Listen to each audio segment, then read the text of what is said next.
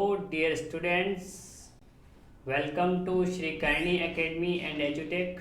Karni Academy and Edutech के इस digital platform पे द करनी द लर्निंग ऐप इस प्लेटफॉर्म पे मैं आपका फिजिक्स एजुकेटर महावीर आप सबका हार्दिक स्वागत अभिनंदन करता हूँ। तो बच्चों, आप सब जो कि 10th क्लास को क्रॉस कर चुके हैं और 11th में आप लोग आ चुके हो और आपने साइंस को जो है चूज किया है, तो इस विज्ञान के युग में आप अग्रणी हो वैसे भी, और अगर विज्ञान को ही चूज किया है तो लाइफ के अंदर जो एक गोल होता है बच्चों का, डॉक्टर बनना है, इंजीनियर बनना या किसी रिसर्च सेंटर में जाना, ये सब आप जो है अचीव करना चाहते हो और इसलिए आपने सब्जेक्ट का चुनाव किया है। अब इस सब्जेक्ट में आपने जो है 2 सब्जेक्ट बेसिकली लोगों ने चूज किए हैं, बायो एंड मैथ, जीव विज्ञान और गणित। ठीक है, ओके।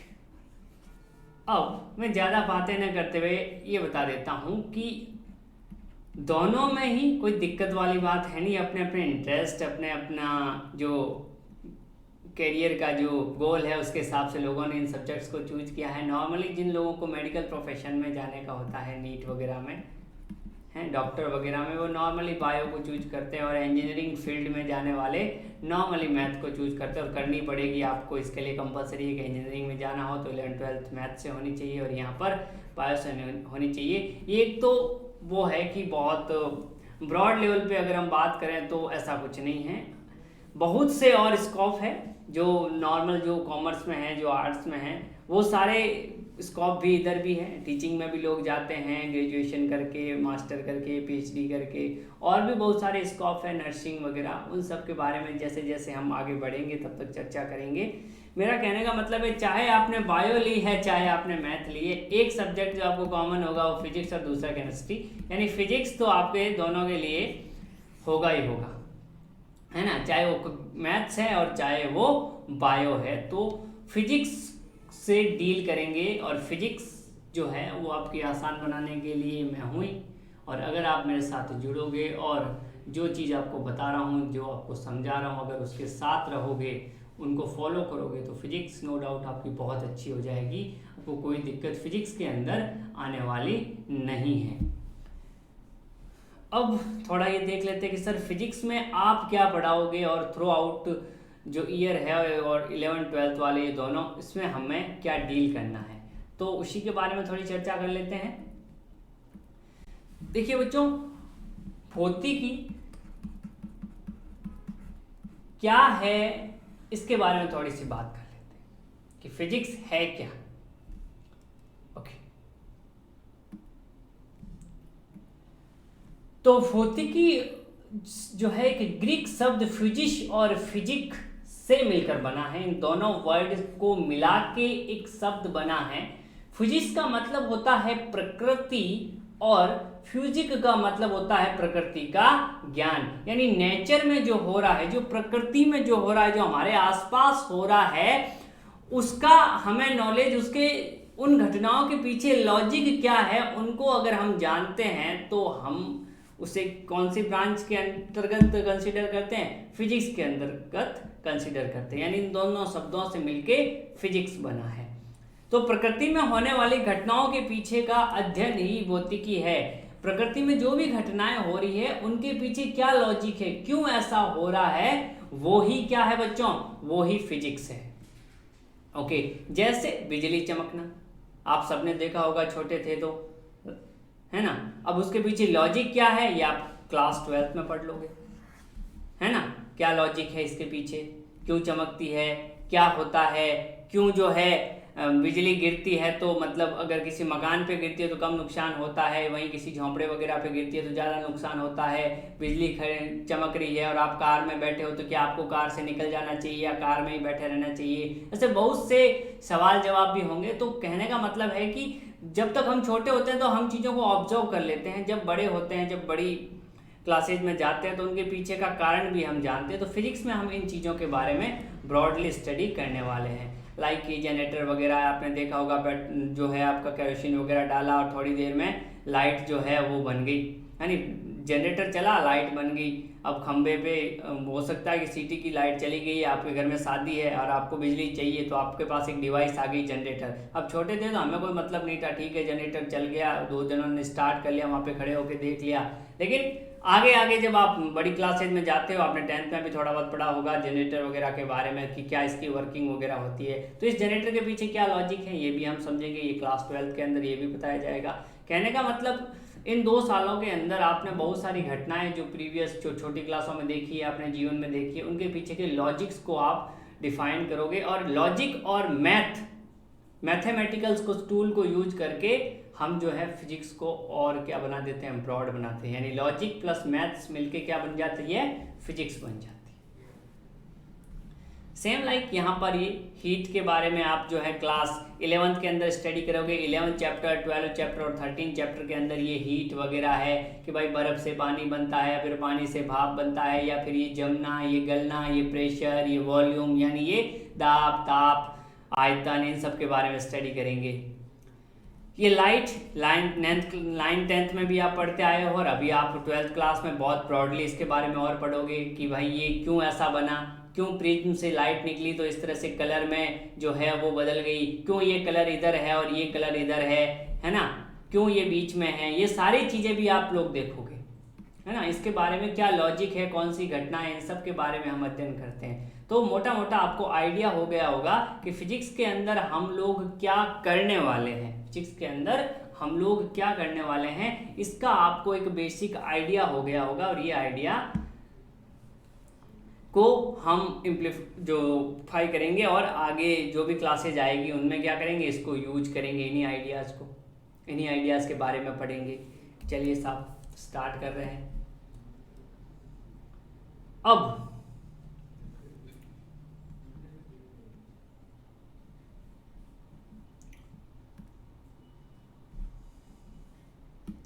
भौतिकी की शाखाएं के बारे में बात कर लेते हैं। यांत्रिकी, ये क्लास 11th में जो है इसके बारे में पढ़ोगे आप लोग। आपका चैप्टर नंबर 3, 4, 5, 6, 7, 8, इन चैप्टर्स के अंदर आप यांत्रिकी के बारे में पढ़ोगे। अब यांत्रिकी का आपको एक बेसिक आइडिया दे देता हूँ। ये जो गाड़ी चलती है, इसका ब्रेक लगता है, कितना टाइम में गाड़ी उतनी दूर चली जाएगी, या एक बॉल को ऊपर फेंकोगे तो कितनी देर में नीचे आएगी, किसी बॉडी पे कितना फोर्स लगाओगे तो वो बॉडी सरक जाएगी। ये वर्क की यानी कार्य की गणना, ऊर्जा की गणना, शक्ति की गणना, बल की गणना, वेग की गणना, संवेग की गणना, त्वरण की गणना है, प्रक्षेपीय गति, इन सब के बारे में जो हम अध्ययन करते हैं उसको बोला जाता है यांत्रिकी, मैकेनिक्स बोला जाता है। और इसको बोलते हैं कोर ऑफ फिजिक्स, यानी ये सबसे टफ माना जाता है पोर्शन फिजिक्स का और सबसे इंटरेस्टिंग भी माना जाता है और कंपटीशन पॉइंट ऑफ व्यू से भी बहुत ज़्यादा मार्किंग वाला होता है। तो ये आपके 11th में होगा, यानी 11th जो है वो कोर है, ये जो है ये पूरे फिजिक्स में यांत्रिकी का यूज होता रहता है इस ब्रांच का। तो इन चैप्टर्स की स्टडी आप 11th क्लास में कर लोगे यांत्रिकी ब्रांच की। उसके बाद तरल यांत्रिकी तथा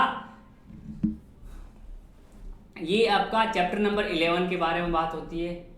चैप्टर नंबर 10 आपका जो है तरल वाला, उसके बारे में बात होगी, जहाँ पर हम देखेंगे पानी का बहना, चलना, प्रेशर कितना होता है पानी का, ये सारी फ्लूइड के बारे में बात करेंगे कि किसी नल के आगे हाथ दे देते तो पानी क्यों तेज चलता है और हाथ हटा देते तो धीरे क्यों चलता है, ये सारी बातें देखेंगे। ऊष्मागतिकी के बारे में हम ताप वगैरह के बारे में स्टडी करेंगे, ताप है, दाब है, आयतन है, किसी का गलना, पिघलना, वाष्प बनना, इन सब के बारे में स्टडी करते हैं ऊष्मागतिकी के बारे में। ये आपके 11, 12 और 13 चैप्टर की बात होती है। पीछे दो चैप्टर बच जाते हैं 14, 15, उसके अंदर हम SHM यानी सरल आवर्त गति और तरंग के बारे में स्टडी करते हैं। तो ये तो आपका पार्ट हो गया 11th का। 12th के अंदर हम विद्युत चुंबकत्व यानी आवेश वगैरह के, विद्युत धारा के बारे में, ये विद्युत धारा को कैसे मापा जाता है वगैरह। प्रकाशिकी के अंदर हम लाइट के बारे में स्टडी करते हैं और यहाँ पर आधुनिक भौतिकी में हम क्या क्वांटम फिजिक्स यानी बहुत माइक्रो लेवल पे चले जाते हैं कि इलेक्ट्रॉन वगैरह, प्रोटॉन वगैरह, इनके बारे में, नाभिक वगैरह के बारे में, ये सारी स्टडी करते हैं। तो बताने का मतलब ये होगा कि इन 3 पार्ट की स्टडी आप किस में कर लोगे, 11th क्लास में कर लोगे। अगर आप मेरे साथ रेगुलरली बने रहोगे तो सारे जो पार्ट हैं यांत्रिकी, तरल यांत्रिकी और ऊष्मागतिकी, ये 3 बड़े पार्ट में बटा हुआ है। वैसे देखा जाए तो 15 चैप्टर में बटा हुआ है। ओके। तो स्टार्ट करते हैं। लेकिन स्टार्ट हम करेंगे, देखो सर आपने तीसरे से बता दिया 15 तक, सर पहला और दूसरा नहीं बताया। तो पहला चैप्टर जो है वो इंट्रोडक्शन का है ना, और ना वो एग्जाम पॉइंट ऑफ व्यू से इंपॉर्टेंट है, बस उसमें बता रखा है कि फिजिक्स क्या है कैसे है, तो वो वैसे ही हम पूरे थ्रू आउट सिलेबस के अंदर फिजिक्स के बारे में स्टडी कर लेंगे। और बेसिक जो स्टार्टिंग है वो मैंने फिजिक्स की आपको वैसे ही बता दी है कि क्या हम पढ़ने वाले हैं, यही सब उसमें दे रखा है, अलग अलग थोड़ा और ब्रॉडली दे रखा है, बट वो घूम फिर के आने ही वाला हर चैप्टर में। तो हम स्टार्ट करेंगे सेकंड चैप्टर से। सेकंड चैप्टर क्या है उसके बारे में स्टडी करते हैं। तो let start our 11th class physics, अपनी 11वीं कक्षा की फिजिक्स को जो है हम स्टार्ट करते हैं चैप्टर नंबर 2 से। तो आप अपनी कॉपी पेन ले लें, अपने नोट्स वगैरह को साथ में जैसे बोल रहा हूँ वैसे बनाते रहें, तो आपका काम काफ़ी आसान हो जाएगा। ड्यूरिंग द एग्जामिनेशन आपको नोट्स वगैरह अवेलेबल होंगे, आराम से देखोगे और आराम से उनको कर पाओगे। चलिए साहब, तो मात्रक तथा मापन भाग 1 आज हम देखने वाले हैं। क्लास 11th है और एक चैप्टर नंबर कौन सा है, 2 है। ओके साहब, अब यहाँ से किसी भी चीज का फिजिक्स में मापन करना है। फिजिक्स में किन का मापन करेंगे? आपने सुना होगा बल 10 न्यूटन, वेग इतने मीटर पर सेकेंड, द्रव्यमान इतने केजी, यानी कुछ राशियां होती है उन्हीं को मापा जा सकता है। कुछ ऐसी राशि होती है जिनको मापा जा सकता है। तो फिजिक्स के अंदर हम उन्हीं राशियों की बात करेंगे जिनको मापा जा सकता है। तो फिजिक्स के अंदर किसकी बात करते हैं? भौतिकी के अंदर हम बात करते हैं भौतिक राशियों की। किन की बात करते हैं? भौतिक राशियों की। तो भौतिक राशियां वे राशियां जिनको या जिनका मापन संभव हो उन्हें भौतिक राशियां कहते हैं।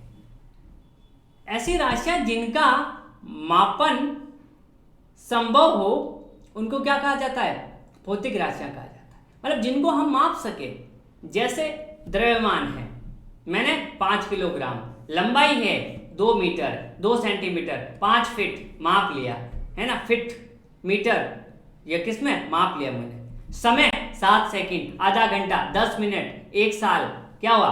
माप रहा हूं ना, कहने का मतलब माप सकता हूं ना। तो वो राशियां जिनका मापन संभव हो उनको भौतिक राशियां कहती है। और ऐसी बहुत राशियां, कोई एक दो नहीं है। आपकी बुक है, अगर 11th 12th को भी मिला दें तो कम से कम कितनी 1000 के करीब ऐसी राशियों के बारे में आप डिस्कस कर लेते हो। तो अब 1000 राशियां तो यहाँ पे लिखूंगा तो शायद 2 दिन ही लग जाए। कहने का मतलब कोई मतलब ही नहीं है उनका। धीरे धीरे जैसे जैसे राशियां आएगी हम डील करते रहेंगे, लेकिन करेंगे किसका? वही राशियां जिनको हम मेजर कर सकते हैं, जिनको हम माप सकते हैं। अब आपको सर ऐसी कौन सी राशियां जिनको नहीं माप सकते? तो मैं कह दूंगा मुझे 10 किलो गुस्सा आता है, या मैं उससे 5 मीटर, या मेरी माँ मुझसे 5 मीटर प्यार करती है, 10 मीटर प्यार करती है। आप कहोगे यार क्या बात कर रहे हो सर, पागल हो गए हो क्या? ऐसा कोई होता है? ये मीटर क्या हो गया? आपने कैसे माप लिया कि जो आपका लगाव है घर वालों के प्रति, घर वालों का आपके प्रति, वो इतना है? मापने का आपके पास तरीका क्या था? किस डिवाइस से आपने मापा? मैंने कहा बात तो सही है भाई, तो मैं माप ही नहीं सकता। यानी मैं कह दूं कि भाई इसको गुस्सा ज्यादा आता है, मैं इसको ऐसा तरीका दूं इसको 15 मीटर गुस्सा आता है, इसको आधा किलो गुस्सा आता है, इसकी कोई अमाउंट बता देता हूँ इसको इतना आता है, नहीं ना। तो गुस्सा, प्यार, लगाव, ये सारी चीजें क्या है? इमोशंस जिनको बोला जाता है, भावनाएं जिनको बोला जाता है। भावनाओं की फिजिक्स में कोई जगह नहीं है ना। कहने का मतलब इनको माप ही नहीं सकते। तो इन सबको क्या बोला जाता है? अभौतिक राशियां। अभौतिक राशियां वे राशियां जिनका मापन संभव नहीं हो, जैसे गुस्सा, प्रेम। कहने का मतलब ये भावना, ये सारी क्या है? अभौतिक राशियां। तो इनकी कोई बात नहीं होगी फिजिक्स में। फिजिक्स में बात होगी सिर्फ भौतिक राशियों की। ओके, चलिए साहब, अब भौतिक राशियां जो है वो 2 प्रकार की होती है। कितने प्रकार की होती है? 2 प्रकार की। मूल भौतिक राशियां और व्युत्पन्न भौतिक राशियां। तो मूल भौतिक राशियां कौन कौन सी? ध्यान से सुनिए। अब मेरे पास मैंने कह दिया 1000 राशि हैं। सर 1000 को याद रखना, 1000 के बारे में थोड़ा रखना तो बैठेगा नहीं सर। इनके मात्रक वगैरह तो फिर याद करेंगे तो सर सदियां लग जाएगी। तो सर कुछ ऐसा कुछ है? तो मैंने कहा हाँ है, रुको। 2 तरीके से बांट दिया इन राशियों को। मूल और व्युत्पन्न। मूल राशियां यानी 7 ऐसी राशियां बना दी जो किसी पे डिपेंड नहीं करती है। मुझे सिर्फ उन्हीं 7 को याद रखना है, मुझे सब याद नहीं रखने हैं, मुझे सिर्फ उन 7 को याद रखना है, बाकी तो मैं उन 7 की हेल्प से बना लूंगा। जैसे संगीत होता है ना, तो स्वर होते हैं ना 7, उन्हीं स्वर पे पूरे जितने भी वो गाने वगैरह सब बनते हैं, वो राग वगैरह आलाप जो बनते हैं वो उन्हीं 7 पे बेस बनते हैं। तो जिनको उन 7 का तगड़ा नॉलेज हो जाता है फिर वो संगीतकार बन जाते हैं। वैसे के वैसे अगर आपको इन 7 राशियों का नॉलेज हो गया, ये जो 7 जो राज कर रहे हैं फिजिक्स के अंदर, इनका नॉलेज हो गया, तो इनकी हेल्प से आप सारी राशियों को बना दोगे। तो सबसे पहले बात करते हैं मूल भौतिक राशियों की। आप 9th क्लास में भी इनके बारे में थोड़ा पढ़ते हो। वे भौतिक राशियां जिनको किसी अन्य राशि के पदों में व्यक्त नहीं किया जा सकता, उन्हें मूल भौतिक राशियां कहते हैं। और ये टोटल कितनी होती है? ये 7 होती हैं। कितनी होती है? 7। सप्तऋषि कह दो, चाहे 7 स्वर कह दो, चाहे 7 मूल राशि। 7 का बहुत महत्व है। अब ये कहाँ है, कैसे हैं, मुझे नहीं पता, लेकिन ये 7 वर्ड जो है वो अपनी बेसिक लाइफ में काफ़ी ज़्यादा इंपॉर्टेंस रखता है। तो मूल राशियां भी कितनी हैं? 7 है। ओके, कुछ को एग्जाम्पल यहाँ दे दिया है, आगे आने वाली स्लाइड में सारी राशियों के बारे में बता दूंगा। जैसे द्रव्यमान, लंबाई, समय, मैं सबका लिख देता हूँ। समय के बाद होता है ताप, विद्युत धारा, ज्योति तीव्रता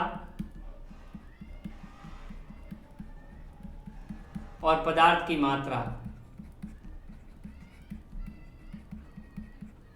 ये राशियां 1 2 3 4 5 6 7, ये 7 राशियां ऐसी है जो किसी अन्य पे डिपेंड नहीं कर सकती। ये इंडिविजुअल है, इनको किसी और राशि की हेल्प से आप नहीं बता सकते हो। जिनकी कंप्लीट डेफिनेशन के लिए किसी और राशि की जरूरत नहीं पड़े, उनको हम क्या बोलते हैं? उनको हम क्या बोलते हैं? मूल भौतिक राशि। जिसको अगर डिफाइन करता, द्रव्यमान अपने आप में डिफाइंड है, उसको किसी और की जरूरत नहीं है। लंबाई अपने आप में डिफाइंड है, समय अपने आप में डिफाइंड यानी परिभाषित है, तो इनको किसी और की जरूरत नहीं पड़ती है। ये खुद है, ये इंडिविजुअल है, ये सेल्फ डिपेंडेंट है। तो ये कौन है? मूल भौतिक राशियां हैं। अब बात करते हैं व्युत्पन्न भौतिक राशियों की। व्युत्पन्न भौतिक राशियां वे भौतिक राशियां जिनको मूल राशियों के पदों में व्यक्त किया जा सकता है, उन्हें व्युत्पन्न भौतिक राशियां कहते हैं। जैसे वेग, चाल, बल आदि। अब व्युत्पन्न का मतलब ये होता है जो किससे मिलके बना है। तो ये किससे मिलके बना है? वे भौतिक राशियां जिनको मूल भौतिक राशियों के पदों में व्यक्त किया जा सके। कोई भी व्युत्पन्न राशि को आप मूल राशि के पदों में व्यक्त कर सकते हो, लेकिन मूल राशि को तो किसी के पदों में व्यक्त नहीं कर सकते। तो व्युत्पन्न राशियां किस पे डिपेंड है? मूल राशियों पे डिपेंड है, यानी जो मूल से मिलके बनी है वही व्युत्पन्न है। तो मूल से यानी 7 अगर आपको याद है तो इनसे मिलकर जितनी भी राशियां फिजिक्स में है उनको आप याद कर पाओगे, कहीं कोई दिक्कत नहीं होगी। बस आपको इन 7 को याद रखना है। अगर ये 7 याद है तो सारी राशियां। सर थोड़ा बता दीजिए, ऐसा फील वील हो जाए, हमें भी लग जाए सर आप सही कह रहे हो क्या। चलिए फिर आपकी तसल्ली के लिए 1-2 एग्जाम्पल ले लेते हैं। तो सबसे पहले जैसे मैंने कहा, चाल। चाल क्या होता है? छोटी क्लासेज याद करो, दूरी बट्टा समय। 9th-10th में दूरी, दूरी मतलब ये लंबाई। लंबाई तो ही 2 बिंदुओं के मध्य का सेपरेशन, अलगाव, ये वाला लंबाई, बट्टे में समय। अरे लंबाई तो सर मूल राशि है, समय भी मूल राशि है, मतलब इन 2 मूल राशियों के टर्म की हेल्प से मैं इस चाल को लिख सकता हूं। मतलब चाल कैसी राशि है? व्युत्पन्न राशि है। चलिए बात कर लेते हैं किसकी? त्वरण की। किसकी बात कर लेते हैं? त्वरण की। त्वरण, त्वरण क्या होता है? त्वरण होता है वेग में परिवर्तन। वेग में परिवर्तन, बट्टे में आ जाता है समय। अरे ये इनको साथ साथ लिखते रहना है ना, ऐसा तो अच्छा तो बहुत लगेगा जब बोर्ड पे देखोगे तो, पर नोट्स में भी होना चाहिए। समय अंतराल। अब देखो वेग में से वेग जाएगा तो आएगा क्या? वेग ही आएगा। समय में से समय जाएगा तो आएगा क्या? समय ही आएगा। ये फिजिक्स का नियम है। समय में से समय जोड़ सकते हो क्या? समय में कपड़ा वो जो है दूरी जोड़ सकते हो? नहीं जोड़ सकते हो। ऐसा थोड़ी है कि 10 घंटे समय और आधा मीटर कपड़ा जोड़ दिया, नहीं। समय को समय से जोड़ा जा सकता है, वेग को वेग से जोड़ा और वेग को वेग से घटाया जा सकता है, और आने वाला भी वेग ही होगा इस तरह से।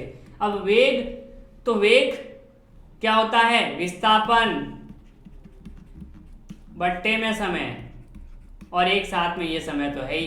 विस्थापन क्या है, बेसिकली लंबाई है, विस्थापन भी दूरी की तरह, समय और साथ में समय। अरे सर, समय मूल राशि, लंबाई मूल राशि, यानी ये समय और लंबाई मूल राशि है। त्वरण को मूल राशि के पदों में मैंने व्यक्त कर दिया है, मतलब त्वरण भी क्या है, व्युत्पन्न राशि है। त्वरण भी क्या है, व्युत्पन्न राशि है। एक और एग्जाम्पल देख लीजिए आपकी तसल्ली के लिए, लिख लीजिए बल।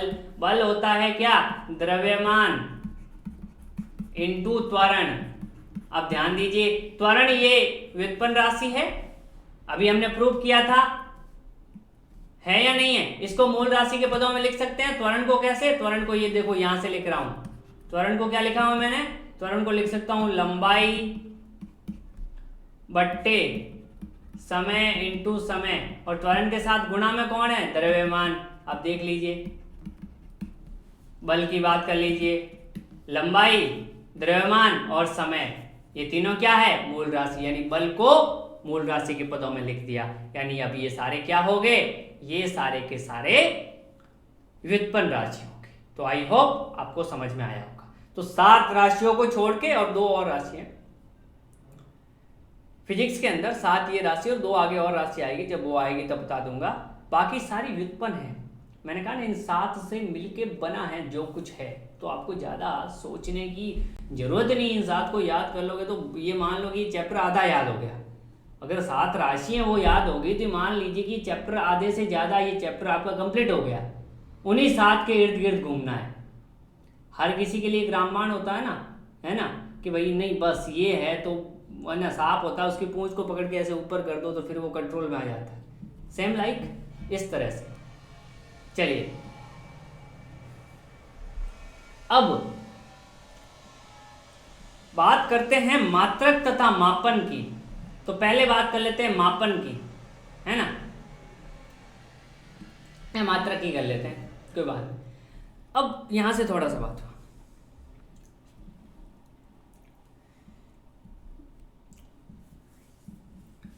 मुझे किसी भी चीज को मापना है तो मैं क्या करता हूं, मैं कोई ना कोई एक स्टैंडर्ड, एक मानक बना लेता हूं और उसकी हेल्प से उसको माप देता।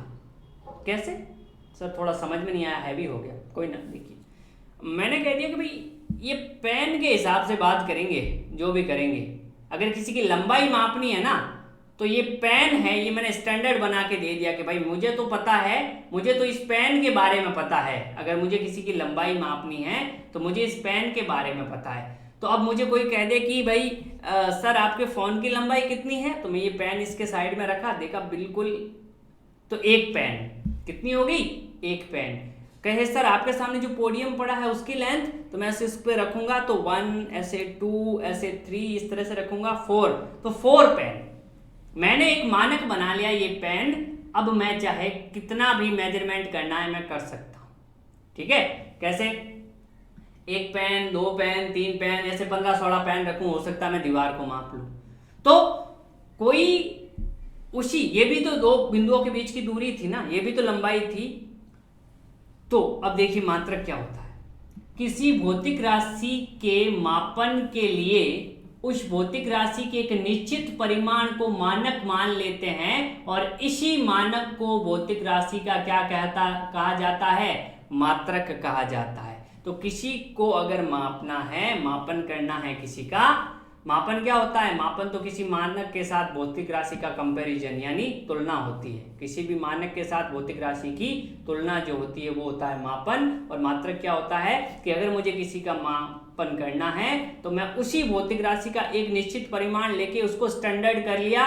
अब उसके साथ साथ मैं क्या कर सकता हूं, किसी भी भौतिक राशि को माप सकता हूं, तो वो क्या हो जाएगा, मात्रक। अब आप कहोगे कि सर ये तो वैसे तो दीवार तो मापना बहुत मुश्किल हो जाएगा सर, तो मैं ऐसा क्यों करूंगा, मैं पहले एक डोरी लूंगा, उस डोरी को ऐसे रूम में ऐसे रख के उस पर मार्किंग कर दूंगा। ऐसे डोरी ली लंबी सी और इस पर पेन रखा है कि वाह, इसको मैंने मान लिया जैसे ये 1 मीटर है फॉर एग्जाम्पल, अभी 15 सेंटीमीटर भी नहीं है, पर मैं मान लूँ कि ये 1 मीटर है, तो ऐसे एक रखा, ऐसे डोरी लंबी सी बिल्कुल सीधी की डोरी को, ऐसे जहां एक आया वहां पे एक ऐसे कलर लगा दिया 1 मीटर, फिर आगे मापा 2 मीटर, ऐसे करके मैंने एक इंची टेप बना दिया बड़ा सा। अब मुझे लंबी मापनी है तो मैं पेन थोड़ी लेके जाऊंगा, मैं उस इंची टेप की हेल्प से बता दूंगा, क्योंकि मुझे इंची टेप पे लिखा हुआ 15, एक पे एक पेन की जगह 1 लिख दिया, 2 की जगह 2, 3 की जगह, अगर इंची टेप पे आ रहा है कि इधर से इधर 15 है यानी 15 पेन है, क्योंकि वो इंची टेप उसी पेन से मिलके बना है।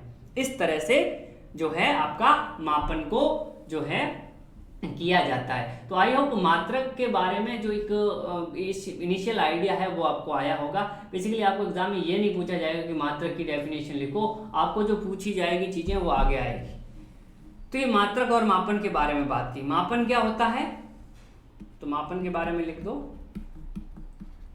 किसी मानक द्वारा या मानक से भौतिक राशि की तुलना करना।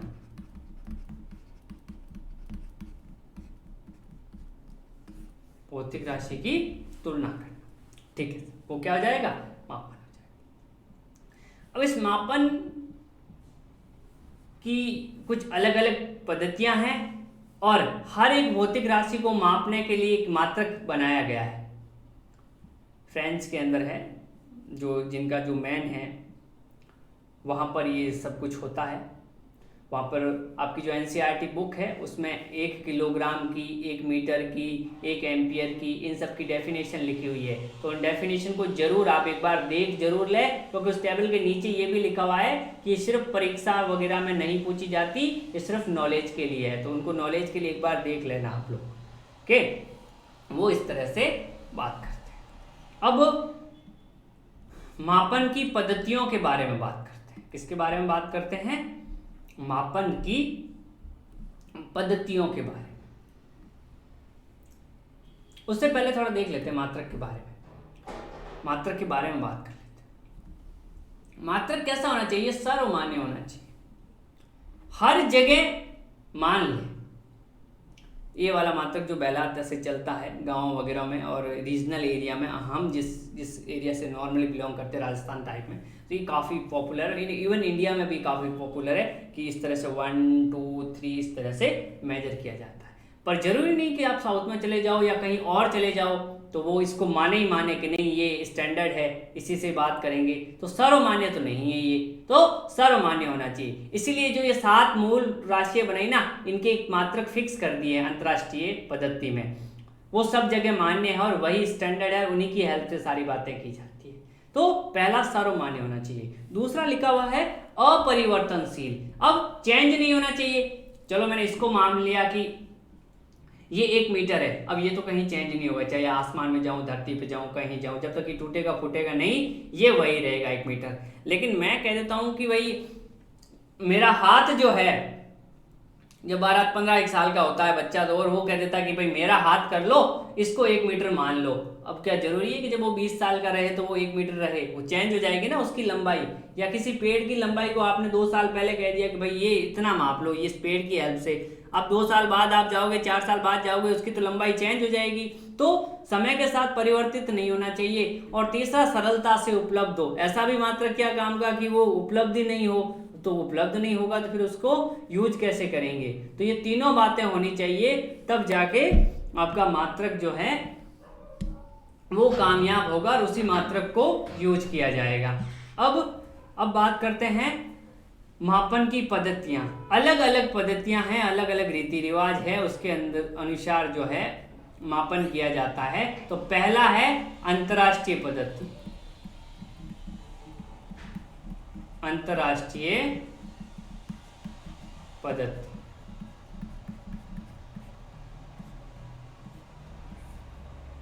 है ना, वैसे तो इसको 4th नंबर पे लाया जाता है, लेकिन मैं पहले बता देता हूं कि फर्स्ट जो है वो अंतर्राष्ट्रीय पद्धति। अब अंतर्राष्ट्रीय पद्धति में हम देखते हैं कुल 7 भौतिक राशियां हैं। इसको बोला जाता है SI। अंतर्राष्ट्रीय पद्धति को बोला जाता है इंटरनेशनल स्टैंडर्ड SI। 7 भौतिक राशियां हैं पहली द्रव्यमान, इसको इंग्लिश में मास बोला जाता है और इसका मात्रक किलोग्राम होता है। दूसरी है लंबाई, इसको लेंथ बोला जाता है, इसका मात्रक मीटर होता है। ये सारे SI मात्रक है, ध्यान रख लेना। ये क्या है? SI मात्रक है। आपसे जब कोई पूछे कि SI मात्रक लिखो द्रव्यमान का, तभी आपको किलोग्राम लिखना है। ऐसे कैसे? तीसरा समय है, समय का सेकंड होता है। तापमान का केल्विन होता है SI मात्रक। विद्युत धारा का एम्पियर होता है। ज्योति तीव्रता का कैडेला होता है और पदार्थ की मात्रा का मोल होता है। इनको बहुत अच्छे से आपको याद करना है, तभी आप इनसे समझ सकते हैं और इनको यूज कर सकते हैं। SI मात्रक, आपसे पूछे द्रव्यमान का SI मात्रक, आप कहोगे किलोग्राम। आपसे पूछे लंबाई का SI मात्रक, आप कहोगे मीटर। समय का सेकंड, तापमान का केल्विन। इन पे जितने स्टार लगाने हैं उतने लगा लो, क्योंकि ये बहुत काम आने वाले हैं SI मात्रक। अब बार बार आप क्या नहीं, किलोग्राम पूरा तो नहीं लिख सकते, तो आप लिखोगे, हिंदी मीडियम वाले लिखेंगे इस तरह से, किग्रा। केजी लिखते हो सिर्फ, है ना, प्रतीक चिन्ह है। इसको मीटर, इसको सेकंड, ऐसे शॉर्ट फॉर्म में, इसको केल्विन, ये तो पूरा ही लिखा है, इसको एम्पियर, है ना, इसको कैडेला और इसको मोल, ये केजी, है ना, ऐसे मीटर, इस तरह से सेकंड। अब यहाँ पे देखो, के छोटा जी छोटा, बिल्कुल ऐसा नहीं कि के और जी बड़ा कर दो, नहीं, जैसा लिख रखा है। एम छोटा होना चाहिए, एस जो है स्मॉल होना चाहिए, के बड़ा होना चाहिए, ए बड़ा होना चाहिए, सी डी दोनों छोटे होने चाहिए और ये मोल। तो इस तरह से आप क्या करते हो, 7 मूल भौतिक राशियां जो हैं उनके मात्रक के बारे में बात कर लेते हो। चलिए साहब, ये तो ब्रांड है, यही सब कुछ है, तो इसको याद रख लेना। एक पद्धति तो ये। अब इसकी थोड़ी चर्चा कर लेते हैं एग्जाम्पल के थ्रू। आपसे कोई कहे, पहला अपनी कॉपी में लिखते रहिए, वेग का SI मात्रक लिखो।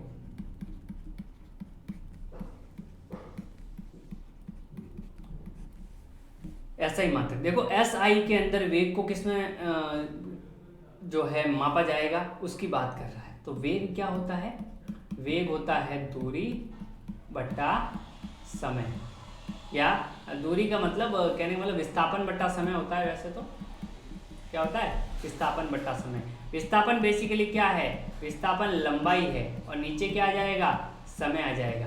लंबाई को SI में किस में मापा जाता है? अभी हमने देखा लंबाई को मापा जाता है सर मीटर में, और समय को सर सेकंड में मापा जाता है। तो मीटर प्रति सेकंड क्या आ जाएगा? मीटर प्रति सेकंड। ये क्या हो जाता है? वेग का मात्रक हो जाता है। अब समझ में आया कि वो मात्रक जो छोटी क्लासेज में पढ़ते थे वो कैसे आए। ऐसे कैसे आपसे पूछे बल का मात्रक लिखो, बल का कौन सा मात्रक? SI मात्रक लिखो।